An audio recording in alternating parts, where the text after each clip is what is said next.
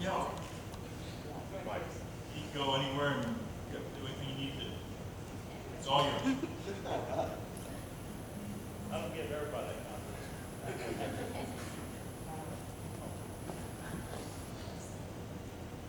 After Osteen, I could probably talk loud enough, but.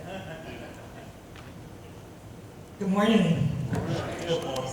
My husband asked me before I came up and said, "Are you going to cry? Because if you don't, I'm going to be disappointed." So that's what I do. They all know that I'm a crybaby, but some of them have become crybabies too, so just saying. I'm here just real quick to introduce some of the team. We do have some that are out of town today, and we have some that will be here in the second service as well. We're going to share then. I want to share some of the statistics, but we know behind the statistics are names, faces, and stories. Some very moving stories, some very sad stories. Not only do we have statistics with outside of our group, but we have names, faces, and stories from us, because we're the ones who can come back and tell you about these children and these adults, and even some Americans that we came in contact with, which is really cool because you speak their language. over 275 children and adults ministered to on this trip. Yeah, there were 10 salvations reported. We ran into a lot of obstacles on this trip. We know why. We know that the enemy hates when you're doing God's work, but it didn't stop us. You're going to learn some from each team member. I think is going to share a little bit of what a struggle was and how God just really had to show us that no matter what our plans are, no matter what our manuals say, He's bigger than a script. He's bigger than what we think we are to do. We're to be obedient. And really, when we said, okay, Lord, this is like so out of control right now, which is awesome, but we're going to let go of our plans, and we're asking you to bless us with yours. And He did. He was faithful. So I'd like to first introduce Steve. Steve was our interpreter, and we pulled him every which way, and a lot of people don't know Steve's, while he's Puerto Rican, he did not grow up speaking a lot of Spanish, right? So he was pulled way out of his comfort zone. He said he felt like Carlos following behind me all week, interpreting. But he did a phenomenal job, and he's going to share with you some of the things that were most important to him. Thank you. Also, Miss Karen was one of the greatest leaders we could have possibly ever thought of having while we're there. So I like to give her. Well,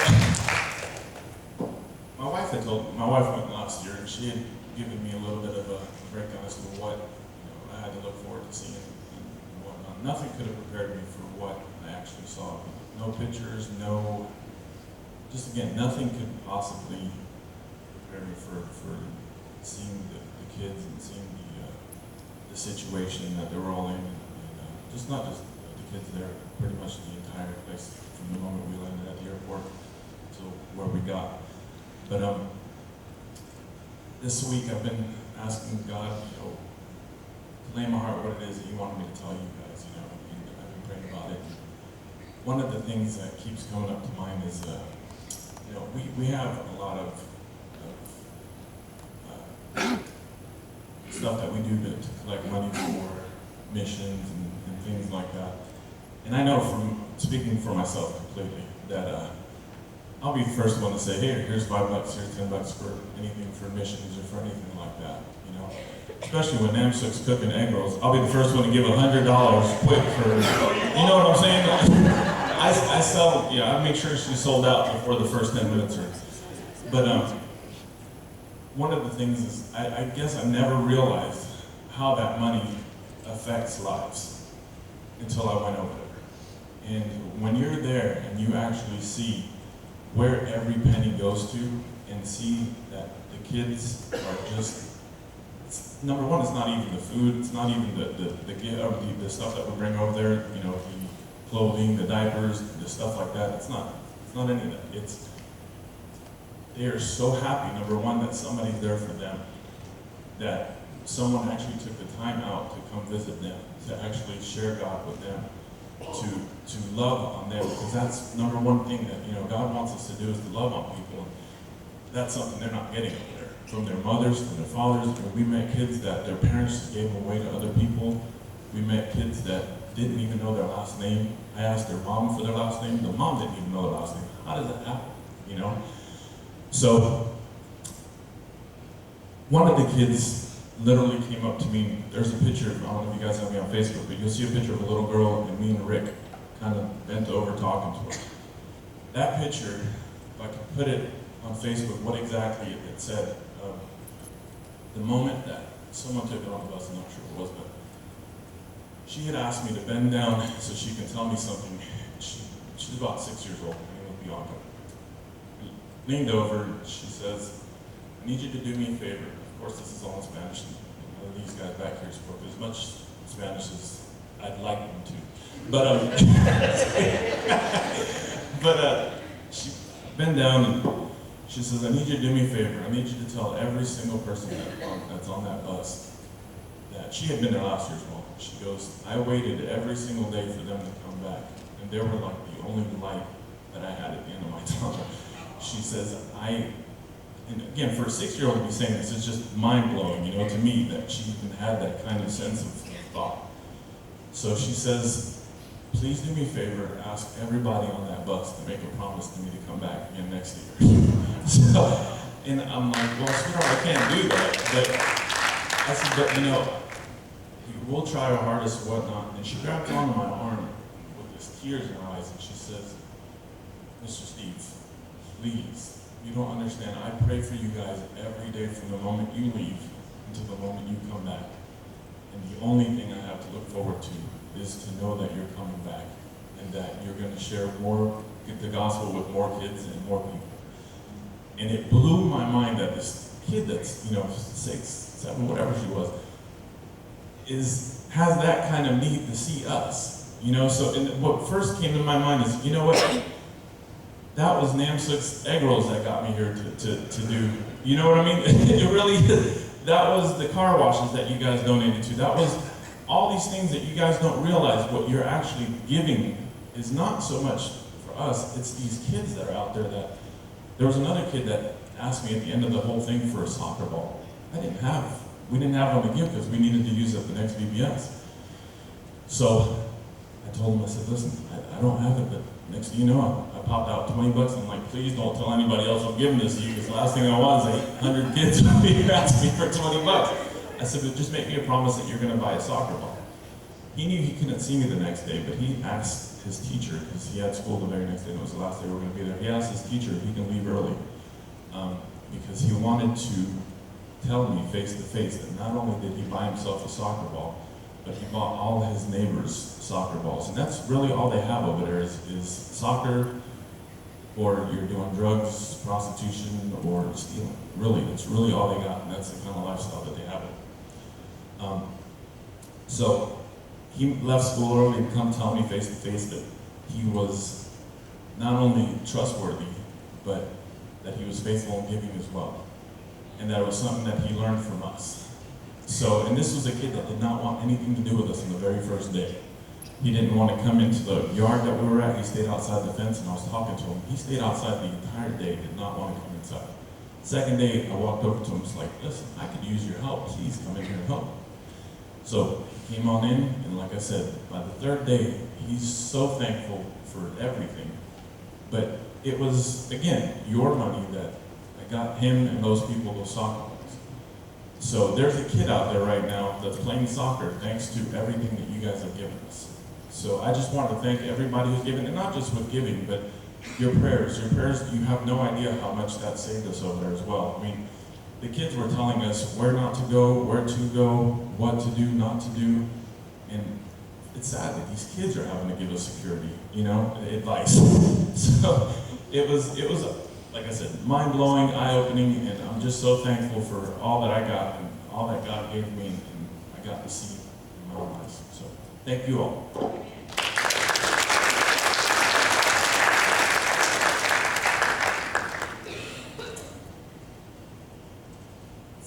So many things impacted me on this trip. I could probably stand up here for an hour and talk about it, but lucky for you, I don't have that much time. One thing I did learn, though, was that Karen has turned me into a crybaby. So you know, it's her fault if you see me crying. When God speaks to you so loud and clear that it's unmistakable that He's speaking to you, it's almost like a slap in the face. That happened to me while we were there this week. When we had VBS in Tarpolis in the mornings and Hocko in the afternoon. And the afternoon session was so much different than the morning sessions were. It was very chaotic. The kids wouldn't stay in their groups. They wouldn't do what we were asking them to do, and it was just, it was very chaotic is the only word I can come up with. No matter how much we tried to control it, it just kept getting more and more out of hand. There were so many kids there. And so that day we were trying to figure out how we can control the chaos. How can we make things a little more streamlined and make it go smoothly? And it was the last thing I thought about before I went to bed. It was the first thing that I thought about when I woke up that morning. And then I sat down to do my morning devotional. And I'm going to just read to you a little piece of what I read. It says, "I am the firm foundation on which you can dance and sing and celebrate my presence. This is my high and holy calling for you. Receive it as a precious gift. Glorifying and enjoying me is a higher priority than maintaining a tidy, structured life. Give up your striving to keep everything under control, an impossible task, and a waste of precious energy." So obviously when I read that, I was like, okay, Lord, you're in control. We don't have to control it because we know you are. We have to trust in you. And that afternoon, the VBS in Hocko was not as chaotic. It went a lot smoother. We were actually able to kind of talk to these kids and get to know them a little better. So it just goes to prove, you got to let go of the control and let Him control it.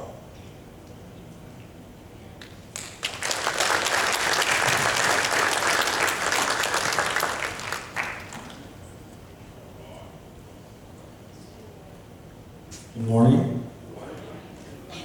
I'm not a speaker, so I'm going to try my best to get through this. I'll be quick. Which twin are you? Oh, I'm Cody. Alright.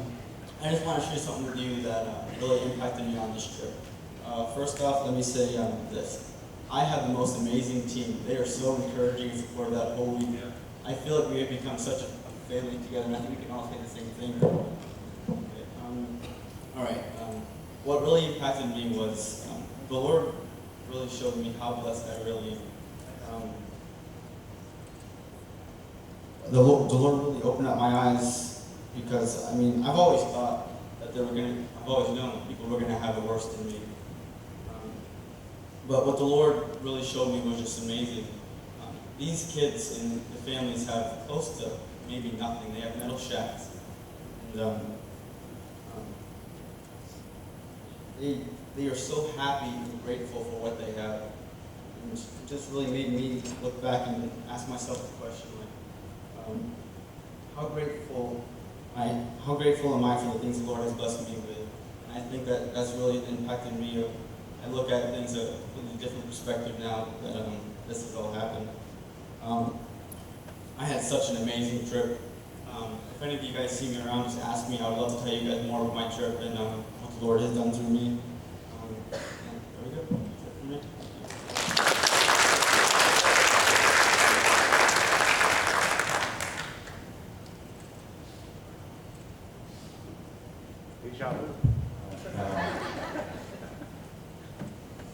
This has definitely been a life-changing experience for me.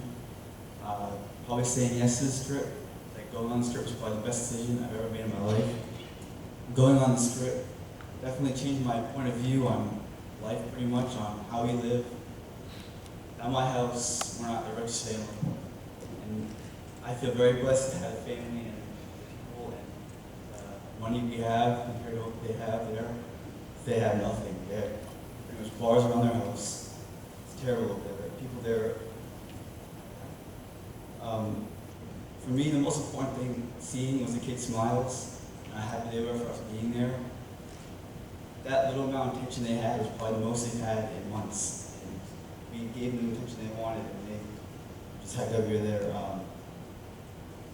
Those smiles on their faces meant most of it was life changing for me. Those kids have nothing. All they have is the Lord, and most of them need the Lord. It's hard. The language barrier over there, that's one of the things I was most worried about, is that me speaking English, trying to speak Spanish, thank God for Mrs. Steve. The communication. I wasn't interpreting right. I was getting complete opposite stuff. You had no idea what he was. Exactly. The communication there was very hard for me, but God had a plan. He made it very easy, very easy. Talking to the kids was very hard, but somehow I got through. I got my point across. And it's amazing how it all worked and how it all came through. Everything, the zip lining, the view, the food, everything was there amazing. And I was truly blessed to go on this trip. And I thank you for all the donations and all the prayers that there is mentally, physically, and financially giving to this trip. Thank you, everybody.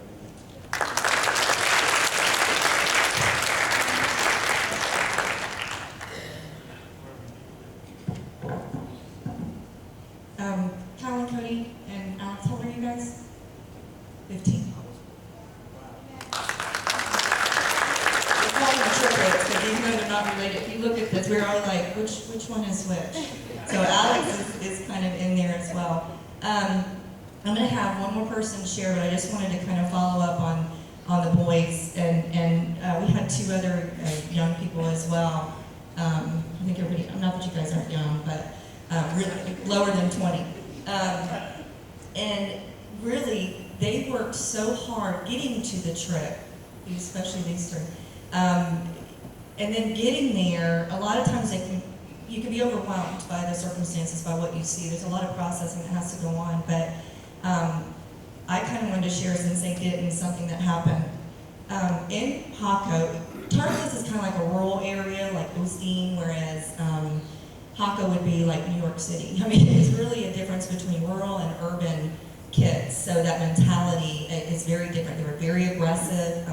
The boys were playing soccer with them, and they were getting head-butted, they were getting elbowed, and they played football seriously. And but it was beyond that, because we played with the really, really good kids in Tartles, but they were friendly, and really they took it easy on our people, because these are Ticos, they were in the World Cup. But so they were getting like knocked around really bad the first day, and I said, look, we're not here to beat them in soccer. We're here to give them the gospel. So kind of back off, let them do their thing. But if it continues, just I'm going to take the ball. No more. And it was incredible, because when we went home that night, we were all like beat up. We were just kind of defeated, and we were kind of like, man, like, God, what do you want us to do about this? We're going to give up those plans, but what can we do? We started kind of like talking about what we could do. And these guys, I can't remember if it was the first or second day, there was one little boy, I don't know if I can get through this story, who was about 12 or 13, Johnson, guys, 13, very aggressive. And the pastor's wife stood there and she said, Karen, I want to tell you a little bit about these kids. And I'm like, okay. Just kind of watching Leanne get overwhelmed here with Jews and everything. She said, about 95% have already been sex trafficked. I said, what? No. That doesn't even, you can't even take that in and process that as quick as she's giving the information. I'm like, no. And she said, yeah. As a matter of fact, the little boy, I can tell you exactly who was aggressive on the soccer field. It's that little boy right there, and his name is Joxer. And when Joxer was younger, his mom went to Nicaragua thinking that she was going to find a job, and left him with a tia who was an aunt, who they thought was an aunt, and the kids did. It was a neighbor. And for 2 years, they kept he and his brother tied up around the neck. Barely fed them, beat them, let their children beat them. And so now he's just trying to process all that. Plus, he's a teenager, so he's getting all that testosterone going through, and so he's having trouble with it. His older brother, he's already kind of processed it. He's actually going to seminary to be a pastor. So we know that there's hope and that God will work all things together for good. Ron, you got the wish and you crying. How can you not? You hear these things and you're so moved and affected because we don't live that way. I mean, really. So they decided for Joxer that we were praying and really focused on prayer for Joxer that night. They decided that at the end of the VBS, they were all going to sign the soccer ball and give it to him. Basically saying, while you were not kind to us, we love you in Christ. Jesus loves you. Joxer didn't come back for the rest of the time that we were there, but we left the ball to be given to him. I'm actually heading back next weekend to do another VBS with another church, and I'm excited because I'm hoping I get to see Joxer. And I'm hoping, and I know that these boys, the way that they minister to just this particular story, this particular boy, is going to impact him for the rest of his life for Christ. So we want to just really, again, thank you, because even though we go, you help in sending and praying, and that is huge. I had one more. Did you want me to do one more? Are you ready? Okay. Do what I got to do. That's so unusual. So, I'll just talk fast enough. okay, good. Rick, I wanted you to go ahead and, even though you're preparing for a second. Is he gonna dance for us? Yeah. Rick showed some pretty sweet moves while we were there, so. Would you see it like this? You can't always find him in Costa Rica, though, I have to say. We got Bumblebee. Yeah. Stood out pretty well, too. I had a chance this year to experience what they saw in me last year. I'm so proud of our youth here and the work that's being done here. To hear these boys pray, to see their